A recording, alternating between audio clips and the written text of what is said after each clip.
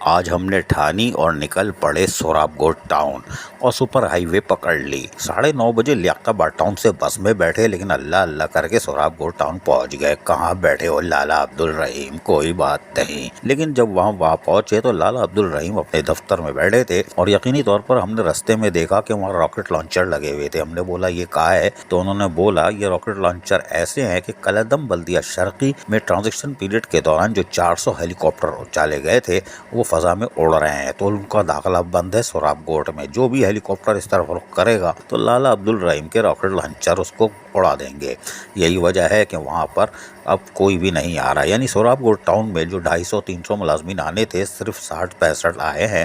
ان میں سے بھی جو تنخواہ کی گئی ہے وہ تقریباً 52 تھی، بعد میں 4-5 لوگ اور آئے جو کہ یقینی طور پر پورے ڈاکومنٹس کے ساتھ تھے، یعنی کہ پکے تھے، ہیلی کاپٹر نہیں تھے۔ ان کو بھی تنخواہ لالا عبد الرحیم نے ادا کر دی۔ یہ بات انہوں نے ہمیں خود اپنے منہ سے بتائی، یعنی زبان ہلائی، انہوں نے بتایا، اور اس کے ساتھ ساتھ انہوں نے صاف صاف کہہ دیا کوئی بھی ہیلی کاپٹر ادھر نہیں آئے گا۔ ہمیں پورا یقین ہے لالا عبد الرحیم جو کہ چیئرمین سوراب گوڑ ٹاؤن ہے، ان کی کھوپڑی بڑی ٹائٹ گھومتی ہے اور وہ گھومی ہوئی ہے، اور آج ہم نے اس کا خود یعنی کہ سامنے بیٹھ کے مظاہرہ بھی دیکھا ہے۔ کوئی بات نہیں، ہم بتا نہیں سکتے، لیکن لالا عبد الرحیم جو کہ ایک پانی پھٹکا مافیا اور پتہ نہیں کس کس سے لڑ رہے ہیں، وہیں اپنے ٹاؤن کو بھی بہتر بنانے کے لیے ہاتھ پیر جوڑ بھی رہے ہیں ملازمین کے کہ بھائی ایمانداری سے جس کو کام کرنا ہے وہ آ جائے ورنہ نکلنے میں کامیاب ہو جائے۔ صبح 9 بجے آمد ضروری ہے، 9:05 پہ رجسٹر بند ہو جاتے ہیں، اللہ معاف کرے، اور 5 بجے بھی آپ گھر جا سکتے ہیں، بالکل روانہ ہو جائیے 5 بجے گھڑی دیکھ کے۔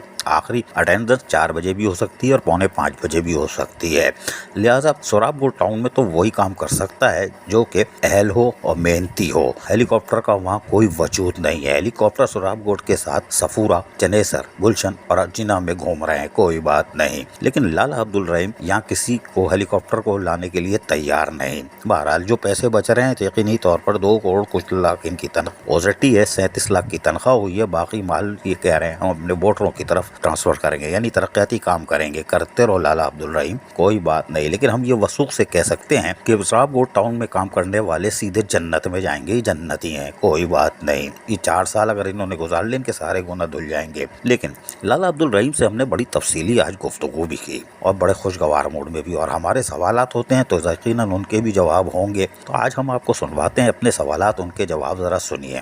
لالا کیوں ظلم کر رہے ہو لوگوں پہ یار؟ ایک تو نیا ٹاؤن ہے، پھر آپ کے پاس سنا ہیلی کاپٹر بھی بھیجے جا رہے ہیں 250-300، لیکن کل تنخواہ کی ہے، کتنوں کی تنخواہ کی ہے کچھ ہے ہمیں بتائیں۔ بتانا تو کسی کو نہیں ہے، آپ بتائیں گے تو پھر باقی ساری چیئرمین وہ رونے پہ آ جائیں گے۔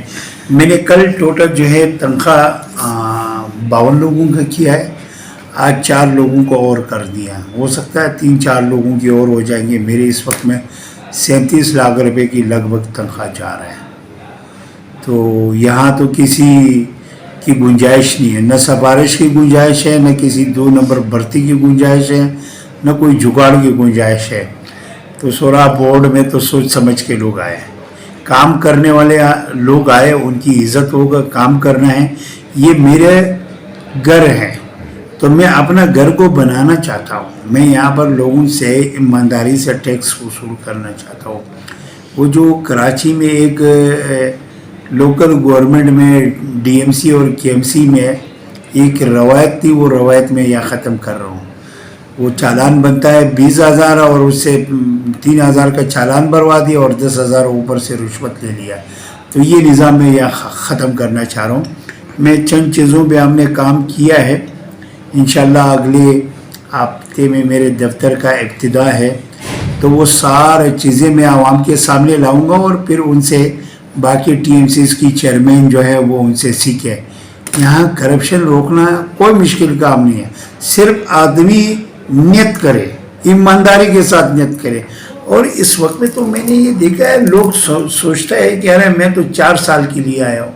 ارے بھائی تو 4 سال کے لیے آیا، اب اس دنیا میں بھی مہمان ہے اور اس ٹی ایم سی میں بھی مہمان ہے۔ آپ کام کرو ایمانداری سے اور مثال بنو، اور تاریخ میں اپنی نام کو زندہ رکھو، جو لوگ آپ کی مثال تھے۔ میرے سر پہ تیسرا لیکن لالا کیا یہ دفتر یہی رہے گا، یا پھر چونکہ میں ابھی 9:30 بجے سے بس میں بیٹھا تھا تو یہاں پہنچا ہوں آپ کے دفتر، یار کوئی دفتر، کوئی اچھا دفتر ہوگا بڑا جس میں